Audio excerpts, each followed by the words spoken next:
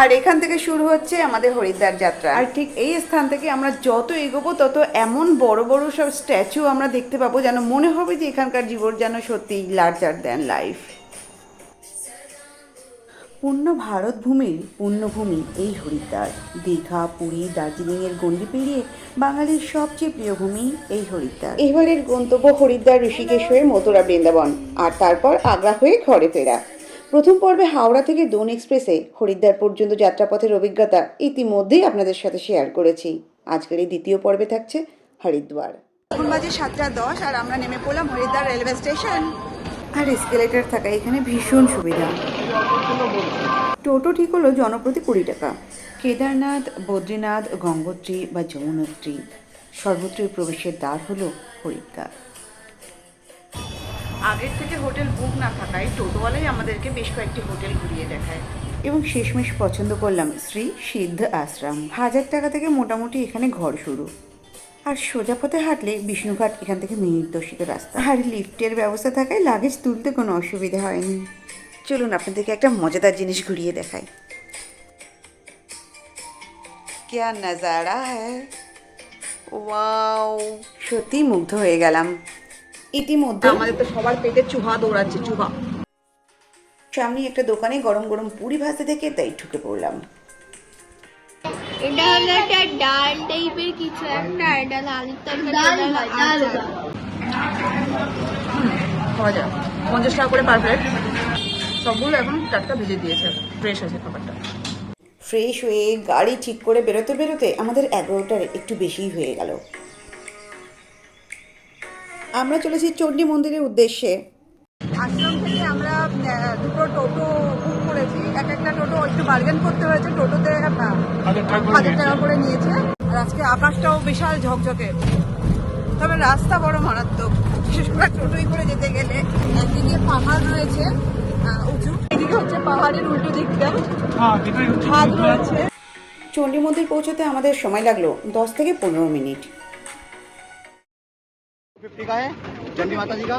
ये हनुमान जी की माता ऊपर में, अंजनी माता। अच्छा, ये 100 रुपीज। চেকিং করে তারপরে ভেতরে ঢোকার অনুমতি মিলল, এবং চেকিং কিন্তু ভীষণই কড়াকড়ি। তারপরে আমাদের টিকিট কাটতে হলো লাইন দিয়ে, কারণ আমরা রোপওয়ে করে যেতে চাইছি। রোপওয়ে করে যেতে গেলে টিকিট কাটতে হবে। এখানে আরও অনেক রকম এন্টারটেনমেন্টের প্লাস খাবার দাবারের ব্যবস্থা রয়েছে, বসার জন্য অনেক আয়োজন রয়েছে।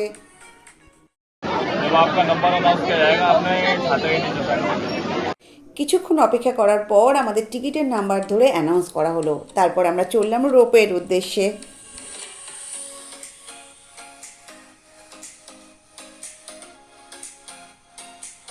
আর এই যাওয়ার রাস্তাটাও কিন্তু অসম্ভব সুন্দর। দুই পাশে দারুণ দারুণ সব হ্যাঙ্গিং প্ল্যান্টস।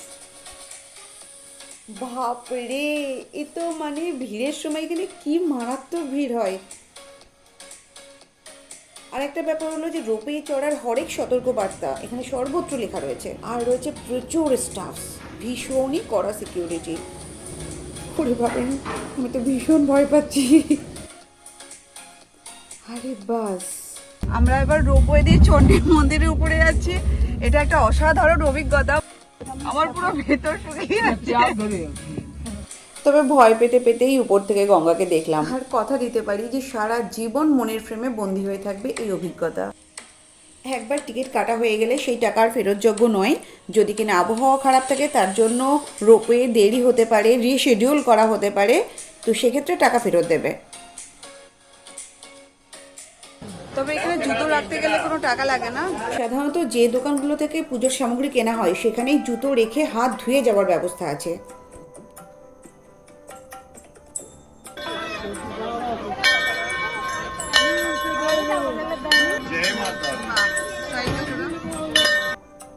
কি অসাধারণ নজারা না? মন্দির চত্বর জুড়ে প্রচুর দোকান থাকা সত্ত্বেও ঘুরে দেখার সময় নেই, কারণ অলরেডি 1:45 বেজে গেছে। এখনও আমাদের একটা মন্দিরে যাওয়া বাকি, অঞ্জনা দেবীর মন্দির, পবন পুত্র শ্রী হনুমানজির মায়ের মন্দির।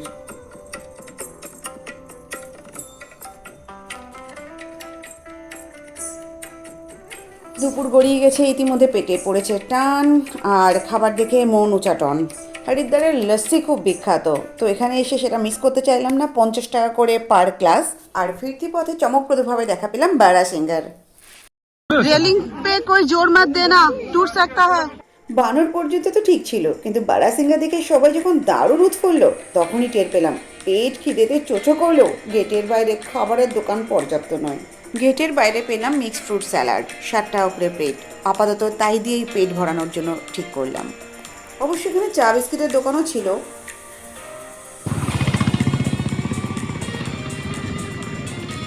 এবারে কিন্তু আমরা চণ্ডী দেবী দেখে আসলাম, এখন আমরা কঙ্কল যাচ্ছি। কঙ্কলে অনেকগুলো মন্দির পরপর আছে, আমরা দেখে নেবো। কঙ্কলের দিকে যেতে যেতে দেওয়াল জোড়া এইসব ছবি দেখে মুগ্ধ না হয়ে উপায় নেই। কঙ্কলে আমাদের প্রথম গন্তব্য হলো শ্রী আনন্দময়ী সংঘের বিপরীতে ব্রহ্মবিহার কলোনিতে অবস্থিত দক্ষ মহাদেব মন্দির। এটি হলো সেই স্থান যেখানে দেবী সতী নিজের দেহ ত্যাগ করেছে এবং সেই সতী কুণ্ডটি এখনো আছে। আমরা চলেছি দক্ষ প্রজাপতির মন্দিরে। এখানে আমরা জুতো খুলে রেখে এসেছি টোটোতে। দূরত্ব ওই হরিদ্বার থেকে 3 কিলোমিটার মতো হবে। 1810 খ্রিস্টাব্দে রানী ধনকর নির্মাণ করেছিলেন এই মন্দিরটি। পরবর্তীতে 1962-তে এর পুনর্নির্মাণ হয়।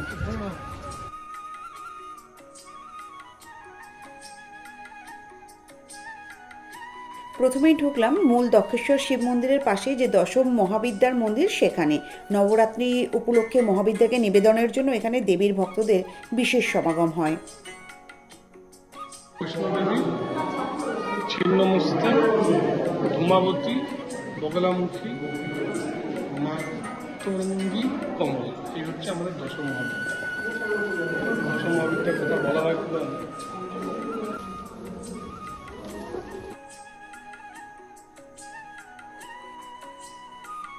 তথাস্তু বৎস। নবরাত্রি, মহাশিবরাত্রির মতো দিনগুলোতে এখানে মারাত্মক ভিড় হয়। সেই কারণে এখানে লাইন দিয়ে দাঁড়ানোর ব্যবস্থা রয়েছে, আর রয়েছে জুতো রাখারও সুন্দর বন্দোবস্ত। এই গোটা চত্বরটা জুড়ে আমরা এরকম ছোট ছোট বেশ কতগুলো মন্দির আরও দেখতে পাবো।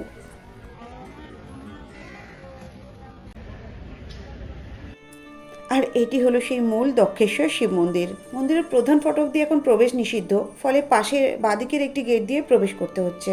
এখানে কোনো এন্ট্রি ফিস লাগে না। দেবী সতীর পিতা দক্ষ একবার এক বিশাল যজ্ঞের আয়োজন করেন, নিমন্ত্রণ করেন সকল দেবতাদের। এই হলো সেই যজ্ঞস্থল। নিমন্ত্রিত হন না কেবলমাত্র মহাদেব ও দেবী সতী। ঘটনাক্রমে দেবী সতী অপমানিত হন এবং এই হলো সেই স্থান যেখানে তিনি দেহত্যাগ করেছিলেন।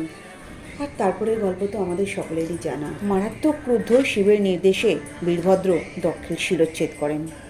ভগবান শিব তখন রাগে দুঃখে দেবী সতীর দেহ কোলে নিয়ে তাণ্ডব নৃত্য শুরু করেন। ভগবান বিষ্ণু তখন নিরুপায় হয়ে সুদর্শন চক্রের সাহায্যে মাতা সতীর দেহের 51টি টুকরো করে দেন এবং তারপর ধীরে ধীরে শান্ত হন মহাদেব। এখানে আরও রয়েছে দক্ষ ঘাট আর নীলেশ্বর শিব মন্দিরও। প্রতি বছর দশহরা থেকে দীপাবলি পর্যন্ত এই সময়টি গঙ্গার এই প্রবাহটিকে বন্ধ করে রাখা হয় মেইনটেন্যান্স ও ক্লিয়ারেন্সের জন্য। ফলে পুজোর ছুটিতে গেলে আমরা গঙ্গাকে এমনই দেখতে পাবো। এখন বাজে 3:40, তো দুপুরে খাওয়া দাওয়া হয়ে ওঠেনি। এখানে যে রেস্টুরেন্টটা রয়েছে সেখান থেকেই আমরা আপাতত খাবারের ব্যবস্থা করছি। এছাড়া উপায়ও তো নেই আমাদের কাছে। সাদা ভাত দিলে ঝুরঝুরে, তবে গরম হবে না, ঠান্ডা হবে। আর এটা ডাল মনে হচ্ছে, আর ভেতরে সয়াবিন রয়েছে। বাচ্চারা চাউমিন খেলো 50 টাকা পার প্লেট, স্বাদ মোটামুটি। এরপর কঙ্কলে আমাদের দ্বিতীয় গন্তব্য হলো শ্রী স্বরূপানন্দ সন্ন্যাস আশ্রম।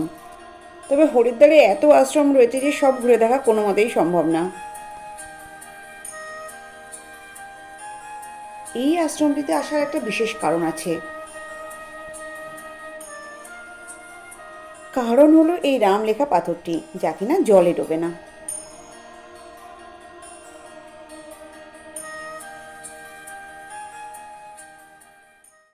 এরপর আমাদের তৃতীয় গন্তব্য হলো হরিহর আশ্রম। এখানে আছে মহামৃত্যুঞ্জয় মন্দির, শ্রী পারদেশ্বর মহাদেবের মন্দির, আর আছে এই রুদ্রাক্ষ গাছটি, যার নিচে দ্বাদশ জ্যোতির্লিঙ্গের প্রতিরূপ রয়েছে।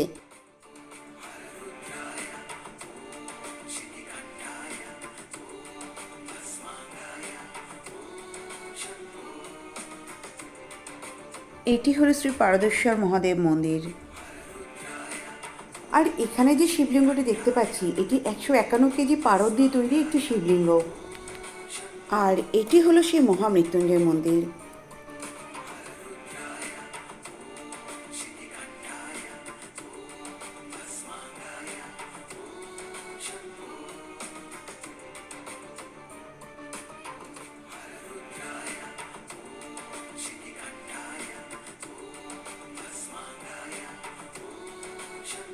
ততক্ষণে আমরা মারাত্মক ক্লান্ত বিধ্বস্ত, শরীর আর সায় দিচ্ছিল না, ফলে আমরা ফিরে এলাম হরিদ্বার। এরপর সন্ধ্যাটা শুধু রেখেছি গঙ্গা আরতি দেখবো বলে। আমরা চলে এসেছি হারকি পৌরি ঘাটে, আসতে একটু বেলাই হয়ে গেল, ফলে ঠিকঠাক মতো বসার জায়গা পাইনি। আগামীকাল চেষ্টা করবো একটু আগে আগে এসে ঠিকঠাকভাবে যাতে সন্ধ্যা আরতিটা দেখতে পারি। শীতকালে মোটামুটি সন্ধ্যা 5:30 থেকে গঙ্গা আরতি শুরু, আর গরমকালে সন্ধ্যা 6:30 থেকে।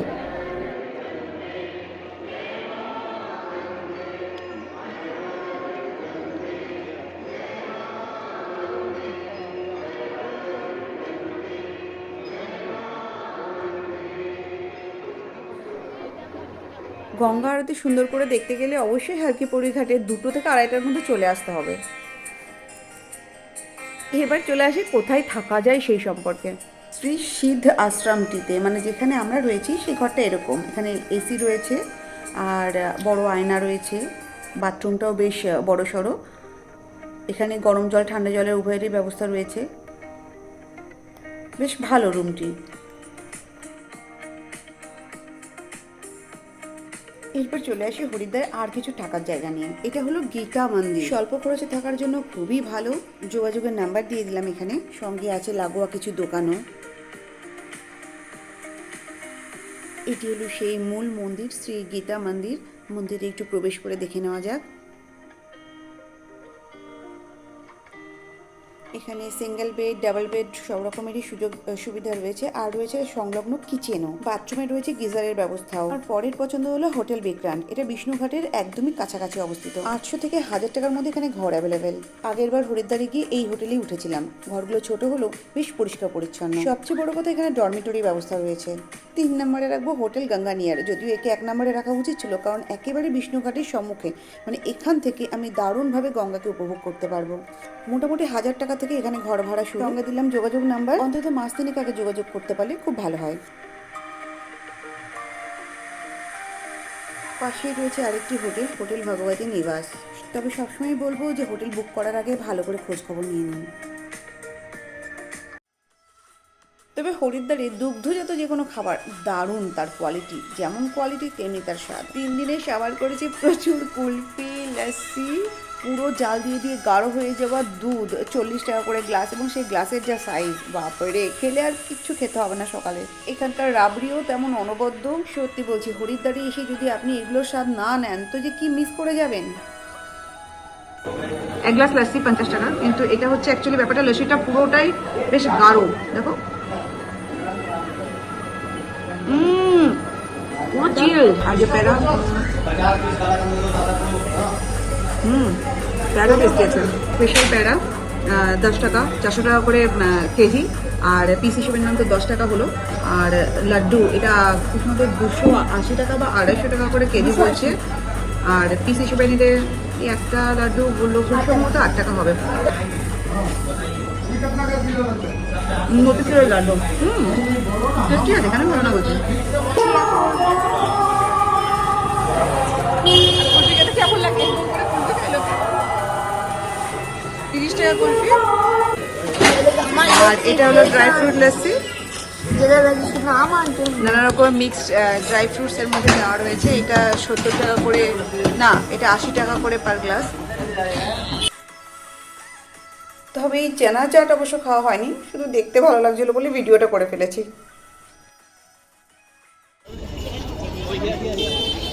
अरे इसका ना सिंगाड़ा अच्छा होगा। गूगल रिव्यू देखो, गूगल रिव्यू। भाई ये क्या है?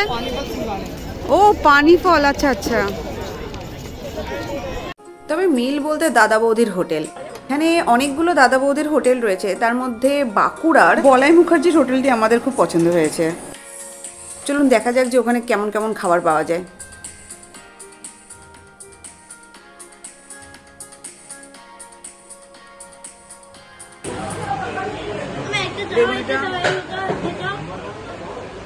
গরম আছে। এখানকার ঘি ছাড়া হয় না। আমার দেখতে দেবে। একটা আলু ভাজা অতিরিক্ত নিয়েছি, 50 টাকা নিয়েছে। আর সঙ্গে থাকছে শুক্তো। এরপর বাটিতে ডাল দিয়ে গেল। সবজি এখানে যা চাই এটা খেয়াল রাখতে হবে। পটলের সবজিটা দারুণ বানিয়েছে।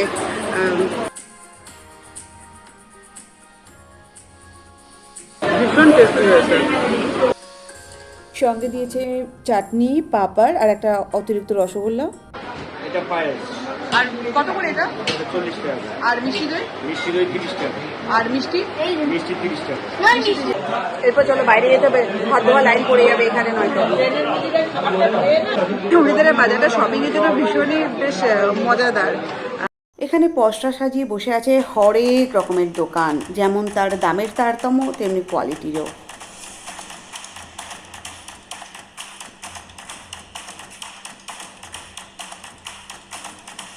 আগামীকাল অর্থাৎ হরিদ্বারের দ্বিতীয় দিন বরাদ্দ থাকছে ঋষিকেশের জন্য। পরের ভিডিওই আসছে ঋষিকেশ পর্ব নিয়ে। আর হরিদ্বারের তৃতীয় দিনটি রেখেছি পায়ে হেঁটে হরিদ্বারকে এক্সপ্লোর করবার জন্য।